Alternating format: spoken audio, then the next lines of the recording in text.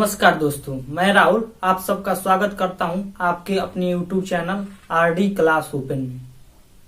जैसा कि पिछली वीडियो में हम लोग बात कर चुके हैं त्वरण पर। त्वरण गति चैप्टर का पार्ट 4 था। यह वीडियो पार्ट 5 है। आप सब अगर पार्ट 4 नहीं देखे हैं तो आपके डिस्क्रिप्शन बॉक्स में लिंक है, उस पर जाकर उसको जरूर देख लें दोस्तों, जिसमें हम लोग त्वरण की बात किए हैं, त्वरण के एग्जाम्पल देखे हैं। इस वीडियो का हमारा मेन टॉपिक है गति का समीकरण। दोस्तों, यह गति चैप्टर का एकदम इम्पोर्टेंट टॉपिक है। इससे आपके पेपर में सवाल जरूर पूछे जाते हैं।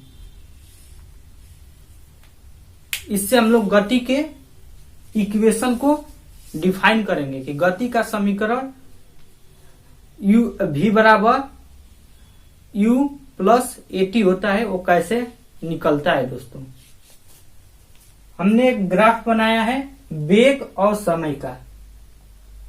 वेग और समय का ग्राफ इसलिए बनाया दोस्तों क्योंकि हमको गति का समीकरण डिफाइन करने के लिए हमको त्वरण की जरूरत होती है।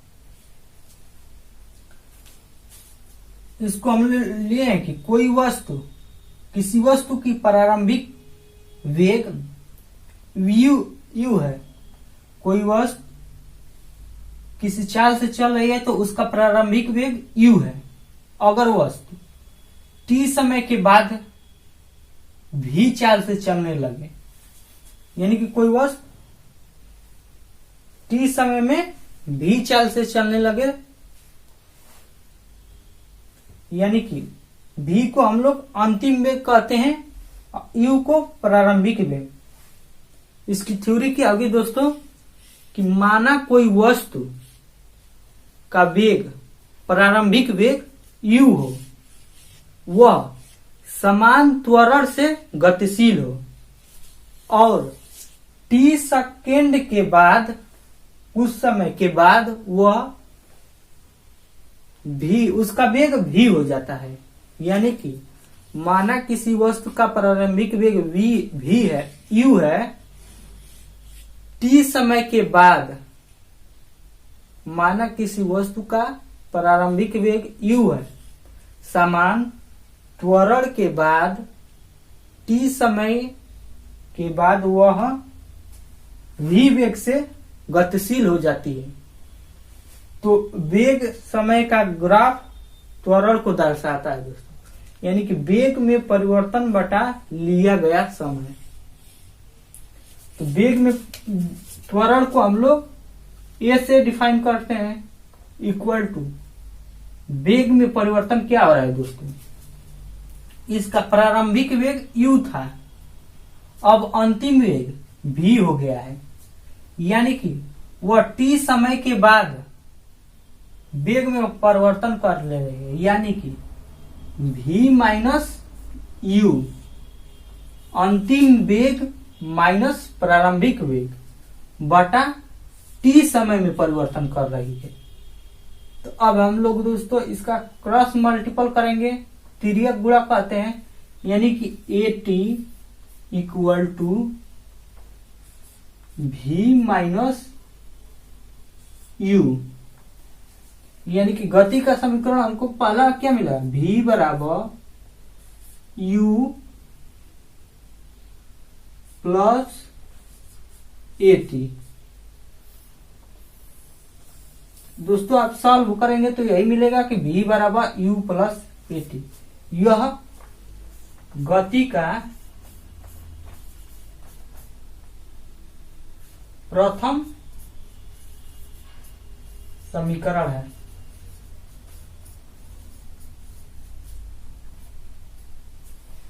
यानी कि v बराबर u प्लस at, समान त्वरण से चल रही है दोस्तों। इसकी थ्योरी कैसे निकालेंगे कि माना किसी वस्तु का प्रारंभिक वेग v है, एक समान त्वरण के बाद t समय के बाद वह उस वस्तु का वेग v हो जाता है, यानी कि v वेग से गतिशील हो जाती है। u को हम लोग प्रारंभिक वेग दर्शाए हैं, v को अंतिम वेग, त्वरण यानी कि एक समान त्वरण रहेगा, त्वरण को a से दर्शाते हैं। इस तरह से हमको डिफाइन हुआ गति का प्रथम समीकरण कि v बराबर u प्लस at। दोस्तों अब हम लोग गति के द्वितीय समीकरण निकालेंगे। दोस्तों द्वितीय समीकरण निकालने के लिए हमको वेग और समय का ग्राफ का जो ये क्षेत्रफल होगा, ये वाला हमको विस्थापन बताता है। वेग समय ग्राफ का क्षेत्रफल विस्थापन को बताता है। यहाँ इसको ओ हम मान लेते हैं, इसको ए मानते हैं, इसको बी मानते हैं, इसको सी, इसको डी मानते हैं। इनकी वेग समय ग्राफ का क्षेत्रफल विस्थापन दर्शाता है। तो क्षेत्रफल के लिए हम लोग इसको दो भागों में डिवाइड करेंगे दोस्तों। एक तो हमको यहां से त्रिभुज बन रहा है, एक हमको यहां से आयत बन रहा है दोस्तों। यानी कि पूरा क्षेत्रफल हमको निकालने के लिए आयत का क्षेत्रफल प्लस त्रिभुज का क्षेत्रफल। तो त्रिभुज का क्षेत्रफल क्या होगा दोस्तों? त्रिभुज A B C, A B C plus आयत ओ ए सी डी, आयत ओ, इसको आयत दर्शाएं, आयत O A C D, C D equal to विस्थापन। विस्थापन को दोस्तों हम लोग एस से दर्शाए थे, एस। आयत के क्षेत्रफल का सूत्र लंबाई इंटू चौड़ाई, लंबाई इंटू चौड़ाई इक्वल टू विस्थापन। अब आधार दोस्तों क्या होगा? लंब, लंबाई, चौड़ाई। त्रिभुज का अगर यहाँ पर 90 अंश डिग्री का कोण बनेगा तो ये आधार की भुजा होगी, यानी कि ए सी आधार है, अलम्ब सी बी लंब है, यानी कि 1/2 ए सी आधार इंटू सी बी लंब प्लस लंबाई। दोस्तों आयत की लंबाई ओ डी, ओ डी, चौड़ाई डी सी, यानी कि O D into D C equal to विस्थापन के बराबर होगा। दोस्तों इनकी दूरियां कैसे लेगा? एसी की दूरी, सीबी की दूरी, ओडी की दूरी और डीसी की दूरी। दोस्तों यह टी समय में यहां पर गई है, यानी कि वह 1 सेकेंड में गई होगी या 2 सेकेंड में गई होगी, उसी को ओडी की लंबाई 30 सेकेंड मानेंगे। ये बराबर है तो ये भी आपस में बराबर होंगे। दोनों आयत की आमने सामने की भुजा आपस में बराबर होती है। अगर ये टी सेकेंड में गई होगी तो ये भी टी सेकेंड में गया होगा। अब दोस्तों यहाँ पर भी वेग से गया है, यानी कि इतनी दूरी भी वेग से गया है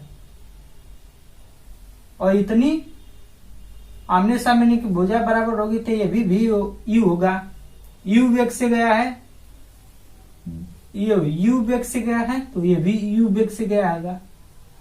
टी सेकेंड के बाद वो इसकी चाल भी हो जाती है, यानी कि वो भी वेग से अब जाने लगा। तो यहां से यहां तक की दूरी भी है, तो यहां से यहां तक की दूरी भी माइनस यू होगी। दोस्तों अगर आप वेग ग्राफ पढ़ रहे होंगे तो आपको जरूर ये समझ में आया होगा कि 1/2 इंटू AC की लंबाई कितनी हो गई, T हो गई, इंटू CB की लंबाई, C और B की लंबाई दोस्तों, CB की लंबाई यानी कि BD की लंबाई टोटल, UV है और DC की लंबाई U है, तो CB की लंबाई V minus U, V minus U plus OD की लंबाई, OD की लंबाई T सेकेंड, इंटू DC की U हो गई इक्वल टू विस्थापन। यहाँ पर दोस्तों देख रहे हैं कि V माइनस U, तो समीकरण 1 में हम लोग देखे थे कि V minus U equal to AT, V minus U equal to AT। समीकरण 1 से V माइनस U का मान लेने से 1/2 into T, V minus U का वैल्यू क्या है, AT प्लस UT, दोनों को आपस में मल्टीपल करेंगे तो UT इक्वल टू S। तो इसका मान क्या मिल गया दोस्तों,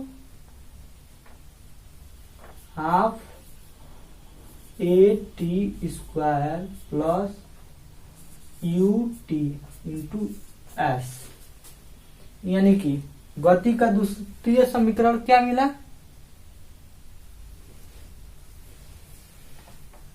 S बराबर UT plus half AT square. दोस्तों ये गति का द्वितीय समीकरण है, यह गति का द्वितीय समीकरण है, यानी कि S equal to U plus half AT square, और यह गति का प्रथम समीकरण है, V equal to U plus AT। दोस्तों गति का तृतीय समीकरण निकालने के लिए हम इस वेग समय ग्राफ का क्षेत्रफल निकालेंगे तो गति का तृतीय समीकरण भी मिलेगा। लेकिन जब हम ये चतुर्भुज भी तो है दोस्तों, यहाँ से चतुर्भुज भी तो है, यानी कि यह समानांतर चतुर्भुज है। अगर हम समानांतर चतुर्भुज का क्षेत्रफल निकालकर अब विस्थापन के बराबर करेंगे तो हमको गति का तृतीय समीकरण मिलेगा। लेकिन हम गति के प्रथम समीकरण से ही गति के तृतीय समीकरण निकालेंगे। देखते हैं कैसे। V equal to U plus AT, यह गति का प्रथम समीकरण है। इन दोनों का, इसका दोनों तरफ वर्ग करने पर,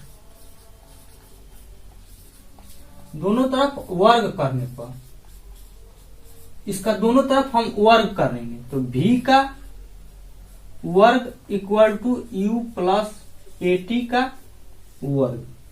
दोस्तों आपने पढ़ा होगा कि A प्लस B का होल वर्ग equal to A square plus B square plus 2AB। A plus B का होल वर्ग हो गया तो हमको किस पे तोड़ना है, A square plus B square plus 2AB पर। तो V का वर्ग equal to U square plus A square, B square करेंगे तो A square into T square plus 2AT U होगा।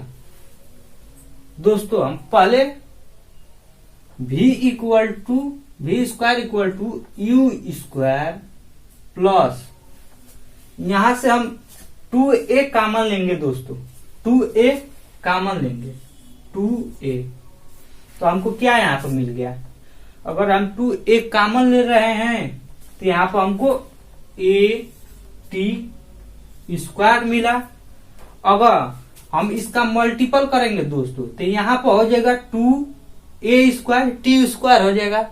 तो 2a² हो जाएगा, तो इसलिए हम 1/2 से इसमें मल्टीपल कर देंगे। अगर हम दोनों का मल्टीपल करेंगे तो हमको ये वाला वैल्यू मिलेगा, यानी कि 2a² t²/2 हो जाएगा। तो 2 से 2 कैंसिल हो जाएगा, हमको मिल जाएगा a² t²। अब यहां से हम कॉमन कर लिए हैं 2a कॉमन कर लिए हैं, तो यहां पर क्या बचता है, प्लस ut बच गया, ut बच गया, यानी कि इसको ऐसे लिख दो uat। यहां से हम कॉमन कर लिए हैं 2a, तो ut बच गया। समीकरण 2 से यानी कि गति का समीकरण 2 से मिला है हमको दोस्तों कि ut plus half at² equal to yes, यानी कि 1/at² प्लस ut का वैल्यू का मान लेने पर, यानी कि हाफ at² प्लस ut का मान हम समीकरण 2 से लेंगे, तो इसका मान क्या है, s में है। तो v² equal to u² plus 2a, इसकी वैल्यू हमको पूरी s मिल गई है, s, यानी कि v² equal to u² plus 2as। यह गति का तृतीय समीकरण है, गति का तृतीय समीकरण, यानी कि हमको गति का प्रथम समीकरण v बराबर u प्लस at, गति का द्वितीय समीकरण s बराबर ut प्लस हाफ at², और गति का तृतीय समीकरण v² equal to u² plus 2as। दोस्तों इसमें v u a क्या और t क्या है, v अंतिम वेग, u प्रारंभिक वेग, a त्वरण और t समय को बताता है। इसमें s दूरी को बताएगा, यानी कि विस्थापन बताएगा। समझ में आया ना दोस्तों? अगर पसंद आए, वीडियो पसंद आए तो उसको शेयर सब्सक्राइब जरूर करें और कमेंट जरूर करें दोस्तों कि आपको इसमें कहाँ त्रुटि है और कैसी आपको वीडियो लगे, जिससे हमारा भी मोटिवेशन बना रहे, हम भी वीडियो अपलोड करते रहें दोस्तों। थैंक यू दोस्तों आप सबका।